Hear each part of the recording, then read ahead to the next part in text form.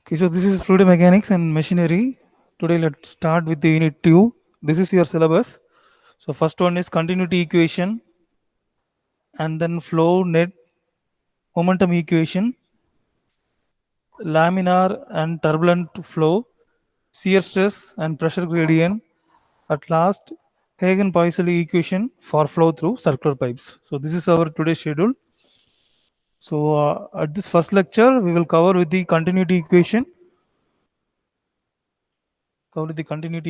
then flow net, then we will see about the momentum equation, and then laminar flow and turbulent flow. So in next lecture, we will see about these two topics. Okay, so this is our schedule. So first we will go with the uh, continuity equation. So before going to that continuity equation, we must understand what is the rate of flow or discharge. So for example, let us consider a pipe.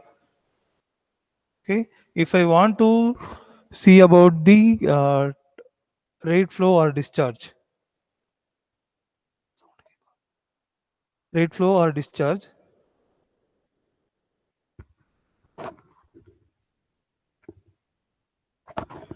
rate flow or discharge, then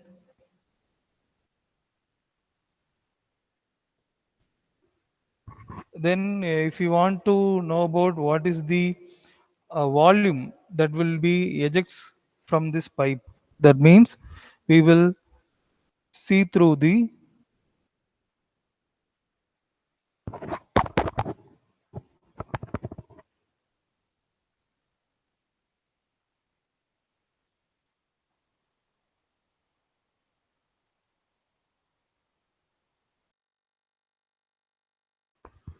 we'll see through this formula.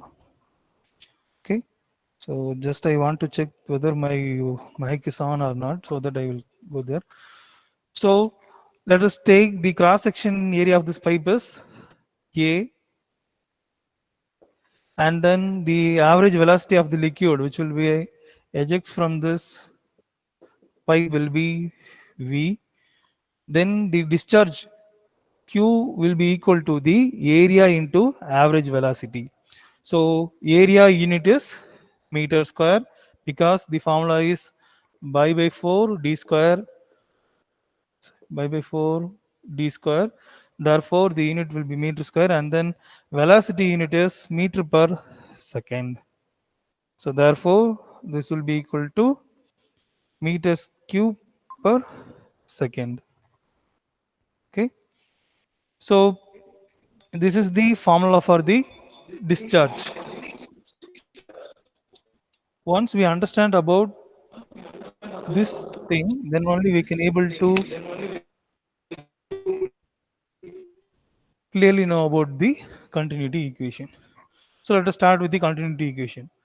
The continuity equation is based on the principle of conservation of mass.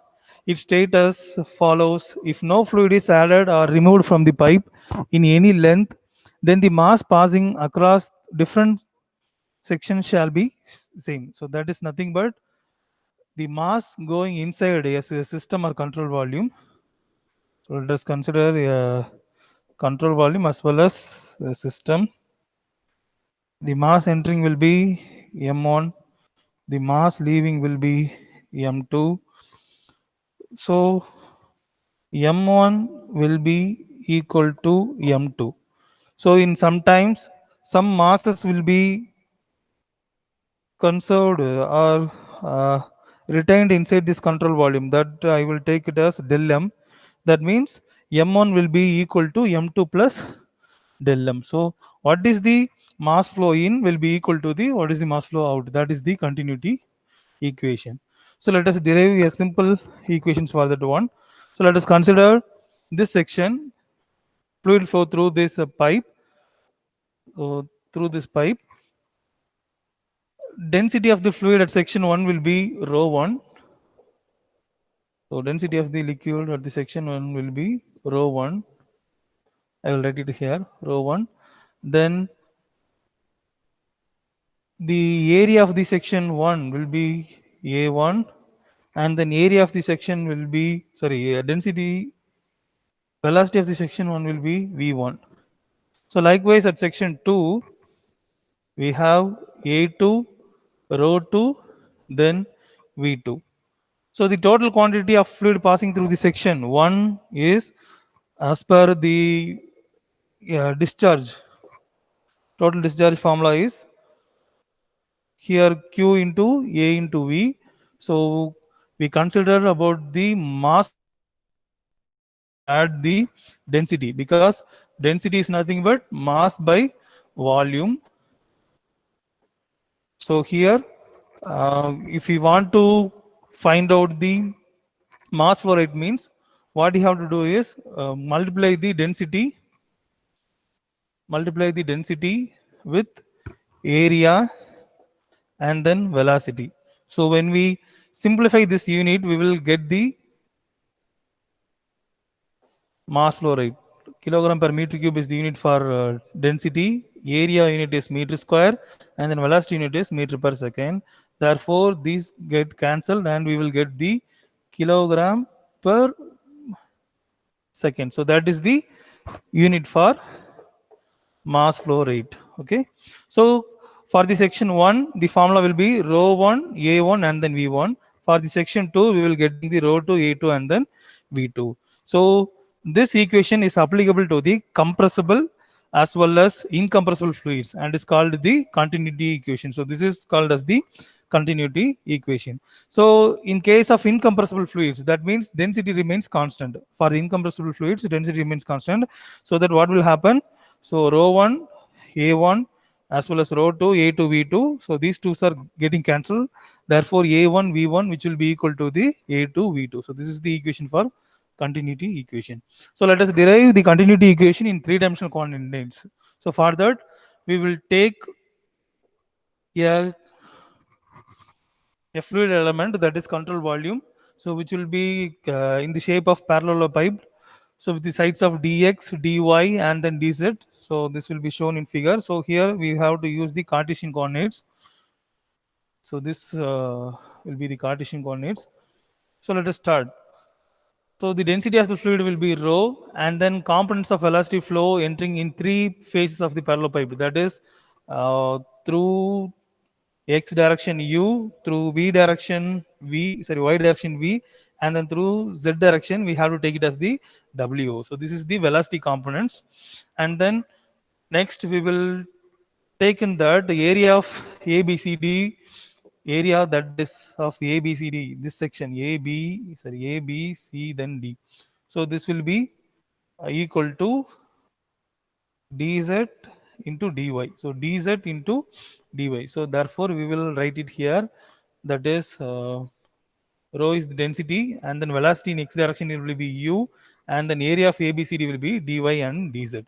So we have to just write the same equation, that is rho area 1 and then v1. So here rho is same and then area 1 will be the dy by dy into dz, and then v1 will be the velocity in x direction, that is u. So this is for the mass rate of mass fluid entering into the phase abcd. So likewise, it will that the mass enters into the abcd, this region will be exits through this region, that is fegh. So fegh. So for that we will find out rate of mass of fluid leaving the phase efgh. So that is rho u dy by dz, that is entering, plus change in mass. So change in mass is nothing but dou by dou x multiplied with dx. So this is the mass. So that is rho u dy by dz. Okay. So that will be equal to the rate of mass of fluid leaving the phase EFG into H. So why we have used this partial differential equation? Because in the x direction, the mass flow rate only changes with respect to the x direction alone. So that we will take it as rho by dou x and then dx. Okay. So next, what we will do is the gain in mass per unit time due to flow in the x direction is given by the difference between fluid influx and fluid efflux. That is nothing but outflux of our fluid. Okay, so mass accumulated per unit time due to flow in x direction, that will be equal to uh, the same one, that is influx. This is the influx and this is the efflux.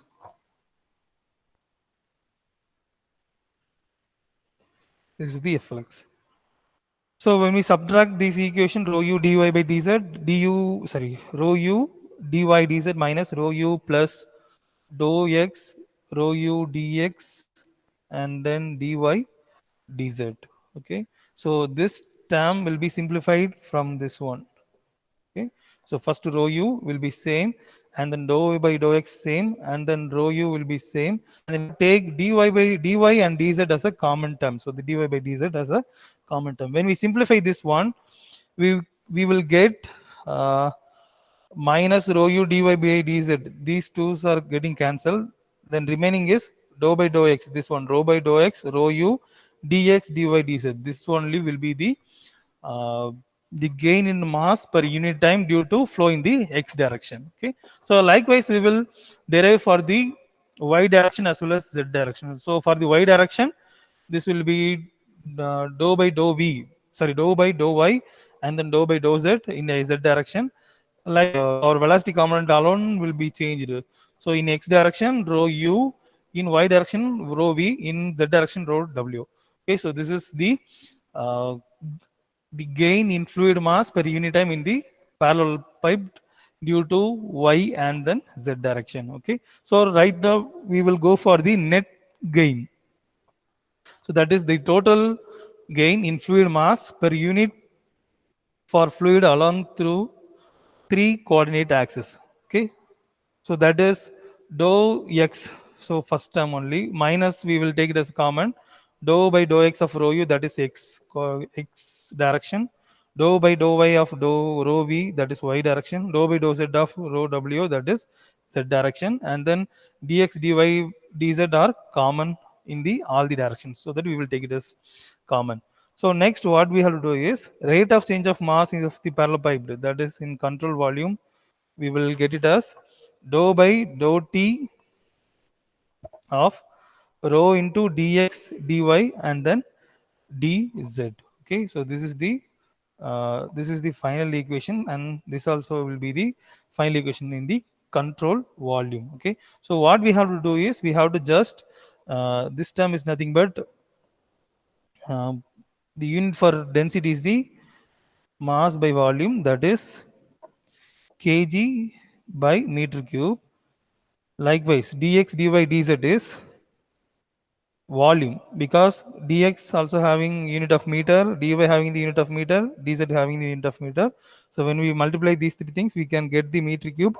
So once these two are getting cancelled, and in front dou by dou t, so that is nothing but time second. So once again we will getting the rate of change of mass of the parallel pipe in the control volume. So this is the equation. So right now we will equate these two equations. Okay, so we will equate these two equations. So that is minus of dou by dou x of rho u plus dou by dou y of rho v plus dou by dou z of rho w multiplied with the dx dy and then dz, which will be equal to the dou by dou t of rho dx dy dz. Okay, so next we will do some simplifications. That is, so here dx dy dz are common, so this will be getting cancelled with this one. And then next what we will do is we have to just interchange the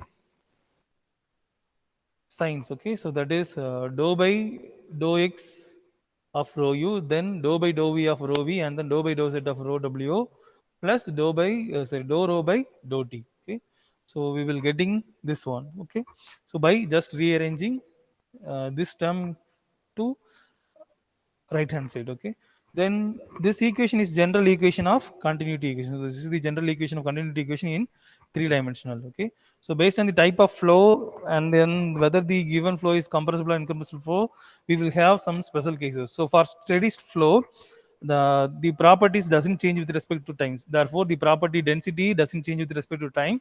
So that for dou rho by dou t getting 0, so this term will get into 0.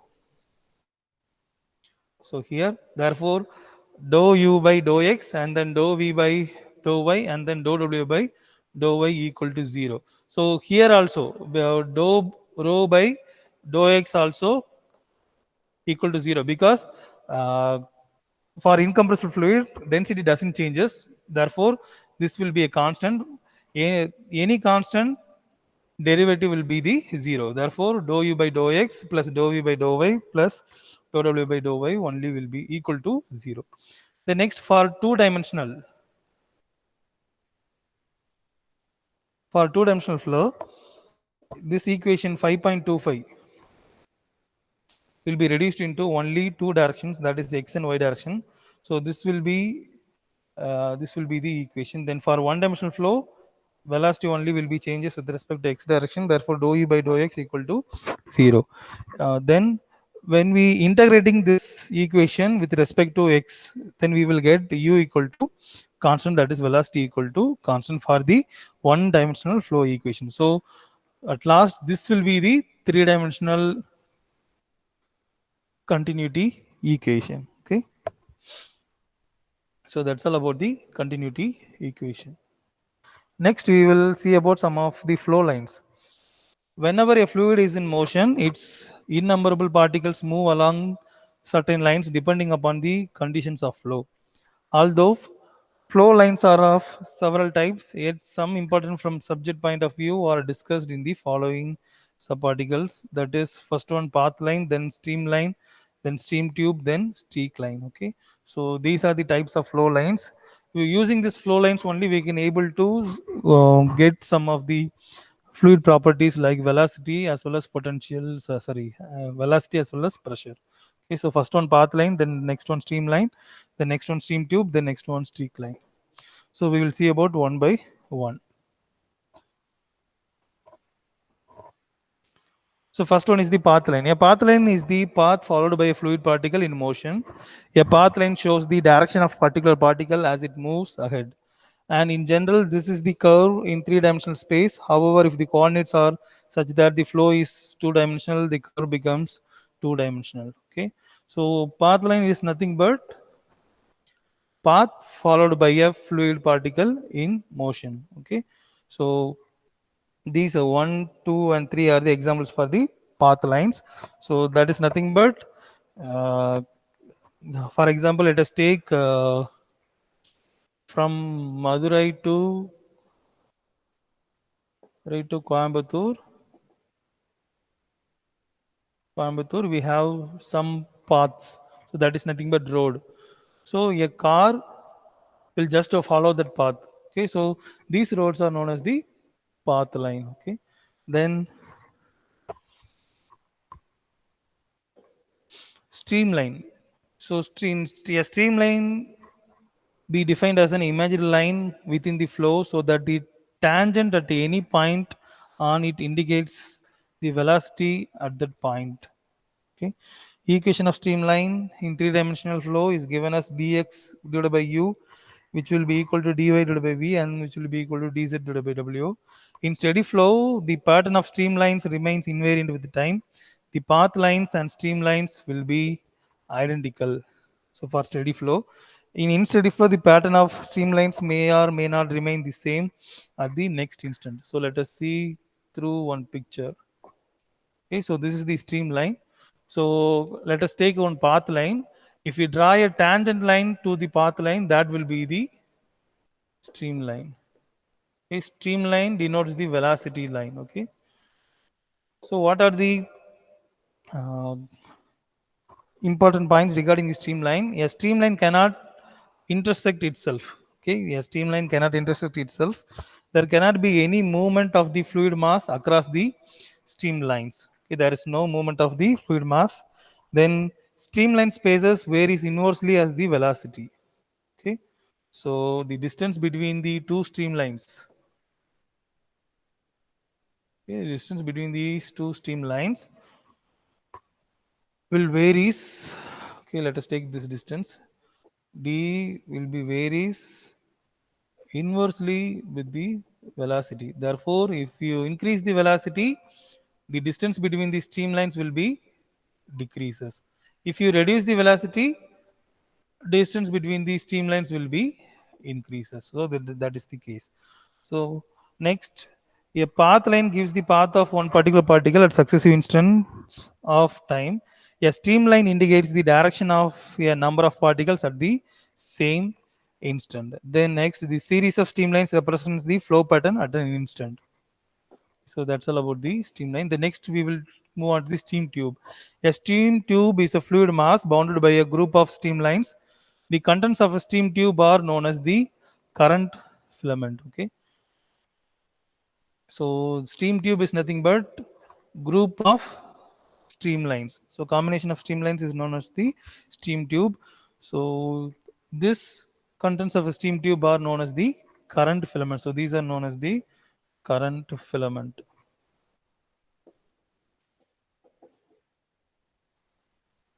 Okay. Next, so important point regarding the steam tube. The steam tube has a finite dimensions. So first one, steam tube can having the finite dimensions. Next, there is no flow perpendicular to steam lines. Therefore, there is no flow across the surface. Okay, so no flow across the surface in the steam tube, and then the steam surface functions as if it were a solid wall. So it were a solid wall. So like pipes, the outer layer will be the solid wall. Then the shape of a steam tube changes from one instant to another because of change in the position of the streamline. So because the steam tubes are combination of the streamlines, therefore the shape of steam tube changes from one instant to another because of change of the position of stream lines. Okay. The next one is the streak line. So streak line is a curve which gives an instantaneous picture of the location of the fluid particle. So it is a curve, instantaneous picture of the location of the fluid particles which have passed through at a given point. So this will be very much useful in the experimental setups. So let us see this one. For example, if I want to see the flow of a air near a nozzle, means what I have to do is I have to fit a smoke generator attached with this nozzle. Then we can able to see the flow of our smoke. So this is the smoke. So this is the smoke. So we can able to visualize the smoke, so that we can able to understand when we supply another type of airs or water through this nozzle, means how it will be, how the flow will be looks like. So using this streak line we can able to see this. So likewise, for example, if we want to see, well, take a pipe. Okay, so in the pipe I have placed a dye, yellow color dye. I have to fix a yellow color dye. So if I want to know about how the flow present inside the pipe, means what I have to do is I have to just inject this yellow color dye, so it will be mixed with the water and then it will be moves like this. So with the help of that we can able to see the how the flow present inside this pipe. Okay, so these lines are known as the streak lines. The next one is the velocity potential. So velocity potential is nothing but a scalar function of space and time such that it is negative derivative with respect to any direction gives the fluid velocity in that direction. Okay, so velocity potential is nothing but negative derivative with respect to any direction. Negative negative derivative with respect to any direction gives the fluid velocity in that direction. So this is the velocity potential. So when we derive this velocity potential negative 2 with any direction, it will be gives that velocity. Okay, so likewise dou phi by dou y and then dou phi by dou z, which will gives the velocity in respective x and then y coordinates, x y then z. So this is for z coordinates and this is for x coordinates and this is for y coordinates. Okay, then next we will move on to the velocity components in cylindrical polar coordinates in terms of velocity potential function. So phi is the velocity potential function. So when we in same, so for cylindrical coordinates, it have the two additional, that is radial direction, and another one is the angle direction. So therefore, when we when we have the derivative of the potential, negative derivative of our potential function with respect to radial direction, means we will get the velocity at that radial direction. So likewise, when we get the negative derivative of the velocity, sorry, derivative of the potential function in the angle direction multiplied with 1 by r will gives the velocity at the theta direction. Okay, so this is the velocity potential function. The next we will move on to the stream functions. Okay, so stream function is denoted by phi, which is the function of x and then y. So it is defined as the scalar function of space and time, such that its derivative with respect to any direction gives the velocity component at right angles to that direct is denoted by phi. So the derivative of this function with respect to any direction will gives the right angles, the velocity component at the right angle. So let us take a two axis y x and then y. So if we derivative the phi function with respect to x means dou phi by dou x, it will be gives the right angle, that is 90 degree. So that will be the velocity of the y axis. So velocity of the y axis will be equal to v. So likewise, if we derive dou phi by dou y, which will be gives the once again uh, right angles to its the right angle velocity component, that is negative x direction velocity, that is minus u, we can able to get. So this is the stream function. Okay, so likewise in the polar coordinates also, which will be looks like, so 1 by r dou phi by dou theta and then minus dou phi by dou r. Okay,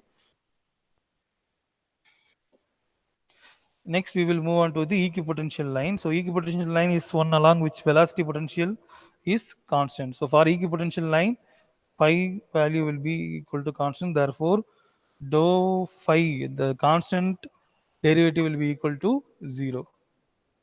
So flow nets, grid obtained by drawing a series of streamlines and equipotential lines is known as the flow net.